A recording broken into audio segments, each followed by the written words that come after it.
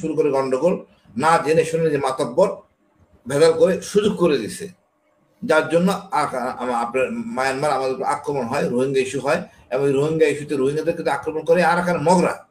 আমি যে জিনিসটা আসি, চীন চাচ্ছে এই এলাকাটা নিয়ন্ত্রণ নিতে।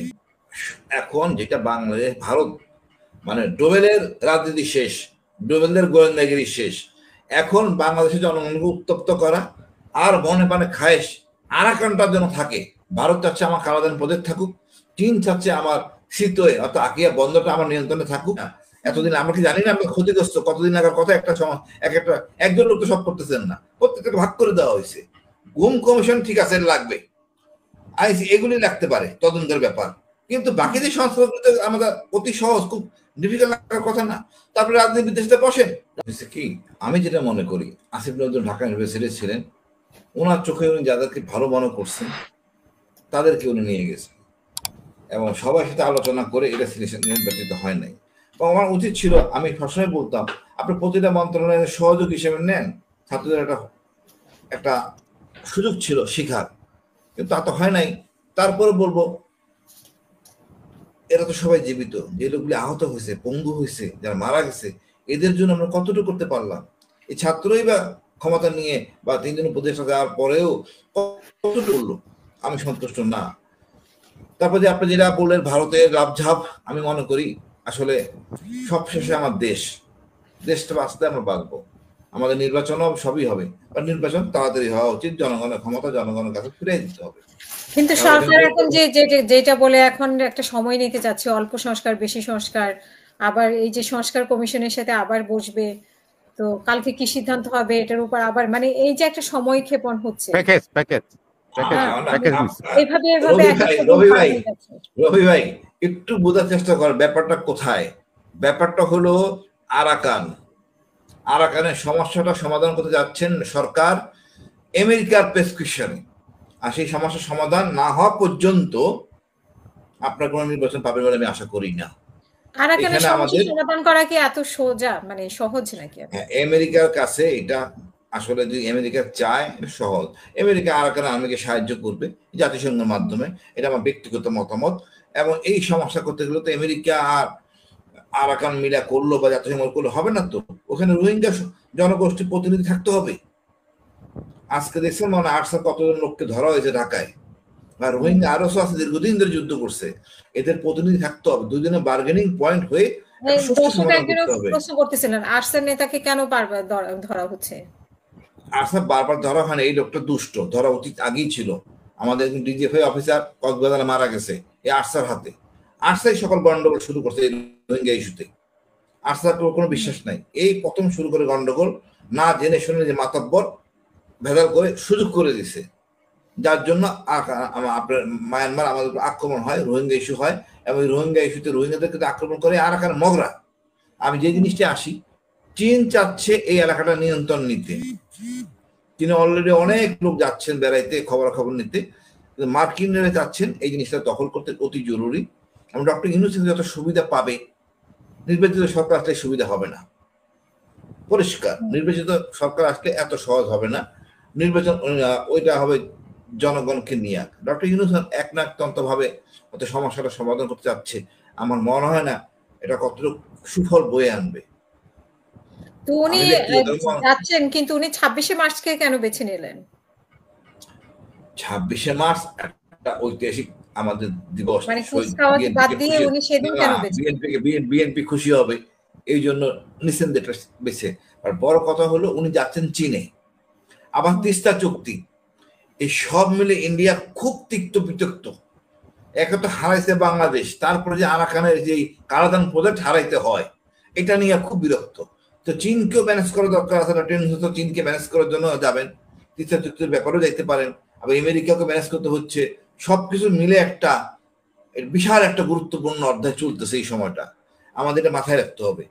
আমাদের মূল কথা হলো আমাদেরকে এই 10 লাখ 12 লাখ 14 লাখ রোহিঙ্গা তার দেশে যাইতে হবে সম্মানজনক ভাবে, তাদের প্রত্যেক ভিটাতে যেন ভবিষ্যতে কোনো সমস্যা না হয়, এই গ্যারান্টি দিতে হবে জাতিসংঘকে, অন্য কাউকে। আমরা এই দায় দায়িত্ব নিতে রাজি না। এখন আমেরিকা রাখাইন স্টেট বানাবে না দেশ বানাবে তাদের আমাদের ব্যাপার না।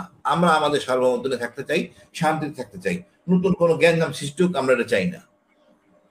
আমার মনে হয় আরাকান সমস্যাটা সমাধান না, এখন যেটা বাংলাদেশ ভারত মানে ডোবেলের রাজনীতি শেষ, ডোবেলের গোয়েন্দাগিরি শেষ। এখন বাংলাদেশের জনগণকে উত্তপ্ত করা আর মনে পানে খায়েশ আরাকানটার জন্য থাকে। ভারত চাচ্ছে আমার কালাদান প্রদেশ থাকুক, চীন চাচ্ছে আমার শীতয়ে অর্থাৎ আকিয়া বন্দরটা আমার নিয়ন্ত্রণে থাকুক, আমেরিকা যাচ্ছে না বার্মা এক্সিকিউট করতে গেলে আমার আরাকান দরকার। তিনজন এখন মারামারি কামড়াকামড়ি করতেছে, মাঝখানে আমরা। এখন ডক্টর ইউনূসকে এটাকে খুব কাজে লাগাইতে পারে। ডক্টর ইউনূসকে যত সহজে ব্যবহার করা যাবে, অন্য কোনো দলকে সেই ব্যবহার করা যাবে না, এটা আমরা বুঝতে হবে। এটা ভূ রাজনীতি অনেক বড় ব্যাপার, এটা অল্প সময় এটা শেষ করা যাবে না, অনেক কিছু আনতে হবে। আমিও বন্ধুদের বলছি তোমরা ইনভলভ হও, দেশটা আমাদের, ডক্টর ইউনূসের দেশ না, পুরো 18 কোটি 20 কোটি লোকের দেশ। আমাদের গোয়েন্দা, এনএসআই, ডিজিএফআই, সাধারণ জনগণ, নেতাকে সকল নেতৃবৃন্দকে নিয়েই সমস্যা সমাধান করতে হবে। ডক্টর ইউনূসের বুদ্ধিতে জাতিসংঘ বললো আর লাভ দিয়ে পরে আমরা এটা করে ফেললাম, এটা হবে না। সকল রাজনীতিবিদদের নিয়ে একটা ঐক্য করে এই আরাকান সমস্যা সমাধান করতে হবে। একই সাথে নির্বাচন যত সময় যত দ্রুত সম্ভব দিতে হবে, আমি এটা মনে করি। এই ছাড়া কোনো রকম ফয়সালা হবে না। আর ওই কি তুলসী গাবার না গাবার কি বললো না বলে এটা মাথায় নেওয়ার দরকার নেই। গ্যারি পিটারসোটে এসেছেন সিনেটর যুক্তরাষ্ট্রের, উনিও তো বাংলাদেশে এসেছেন এবং উনিও ওনার কাছেও তো অল্প সংস্কার বেশি সংস্কারের কথা আবার ডক্টর ইউনূস তুললেন। মানে ওনাদেরকে যে বারবার বলছেন এটাতে কি মানে কি বোঝাতে চাচ্ছেন? দীর্ঘায়িত করতে গেলে সময় সংস্কারের কথা বলতে হবে। আর আমি মনে করি সংস্কার করতে যান তৃণমূল জনগণকে নিয়ে করতে হবে। এটা একটা অস্ত্র, মানে আমি যেটা হেডিং দিচ্ছি এটা একটা অস্ত্র। এখন নির্বাচন এটা একটা অস্ত্র দীর্ঘায়িত করা। আমি মনে করি সংস্কার করতে এতদিন আগার কথা না, সংস্কার করতে এতদিন আগার কথা। তৃণমূলের কাছে যান, আপনি পুলিশের লোকের সাথে কথা, পুলিশের সমস্যা পুলিশের লোকের সাথে কথা বলেন। আমরা একদম কথা বলছিলাম, কমিউনিটি পুলিশ, এলাকার পুলিশ নিচ্ছেন না। 8 মাস করে নাই ওনারা, কিন্তু শেষ পর্যন্ত 18 মাসও শেষ করতে পারবেন না। আমেরিকা রিকোয়ারমেন্ট ফুলফিল না হওয়া পর্যন্ত, বেশি বড় কথা বলে ফেলতেছি আমি, আমেরিকা রিকোয়ারমেন্ট ফুলফিল না হওয়া পর্যন্ত ডক্টর ইউনূস থাকবেন। বিকজ অথবা বিএনপি আগামী নির্বাচনে আসবেন, যতটুকু ধারণা দেখা যায় তাদেরকে একটা কমিটমেন্টে আসতে হবে, আরাকানে ফর্মুলায় যেতে হবে, বার্মা অ্যাক্ট ফর্মুলায়। আমি জানি না, আমাদের দেশে যাই কিছু করি আমাদের দেশের জনগণকে নিয়ে করতে হবে, আমার দেশের সেনাবাহিনীকে নিয়ে করতে হবে, আমার দেশের পুলিশ বাহিনী নিয়ে করতে হবে, আমার দেশের রাজনীতিবিদদের নিয়েই সমস্যা সমাধান করতে হবে। যারা আজকে সংস্কার করতেছেন ওরা এত ধীর চলে গতি, আমি বলি ভাই 24 ঘন্টার মধ্যে 16 ঘন্টায় কাজ করার কথা, 7 দিনই কাজ করবেন। আপনার এসি রুমে থাকবেন, ছিলেন অন্য পাসপোর্ট অধিবাসী, বাংলাদেশে এসে এখনই কাজ করতেছেন, তৃণমূলে যাবেন না, তার কেমন হবে? ওরা কয়জন গেছেন মাঠ পর্যায়ে? এটা তো খুব বেশি সময় লাগার কথা না। আমি জানি না এতদিন, আমরা কি জানি না আমরা ক্ষতিগ্রস্ত কতদিন লাগার কথা? একজন লোক তো সব করতেছেন না, প্রত্যেকটা ভাগ করে দেওয়া হয়েছে। গুম কমিশন ঠিক আছে লাগবে, আইসি এগুলি লাগতে পারে তদন্তের ব্যাপার, কিন্তু বাকি যে সংস্থাগুলোতে আমাদের অতি সহজ, খুব ডিফিকাল্ট লাগার কথা না। তারপরে রাজনীতিবিদদের সাথে বসেন, রাজনীতিবিদদের নিয়ে মাঠে যান, কথা বলেন, অন্যান্যদের সাথে আলোচনা করেন, ক্লোজ ডোর। আপনারা সরাসরি উদ্যানে বসেন না কেন সামিয়ানা লাগাইয়া? এসি রুম কেন? সবাইকে ডাকেন, ভুরিভোজ করেন। আসলে সদিচ্ছা, কত তাড়াতাড়ি যাব, এই আরামায় কে ছাড়তে চায়? বাঙালি আমরা তো পদত্যাগ শিখি নাই, ধার ধাক্কা না দিলে কেউ পদত্যাগ করে না, বাঙালি এখন পর্যন্ত করে নাই। তা আমি আর কি কিছু বলার নেই। আমি এটা বুঝি আপা, সংস্কারের নাম দিয়ে সমীক্ষণ করা হবে, বাট মূল বিষয় হলো আরাকান বার্মা অ্যাক্ট। ধন্যবাদ আপা।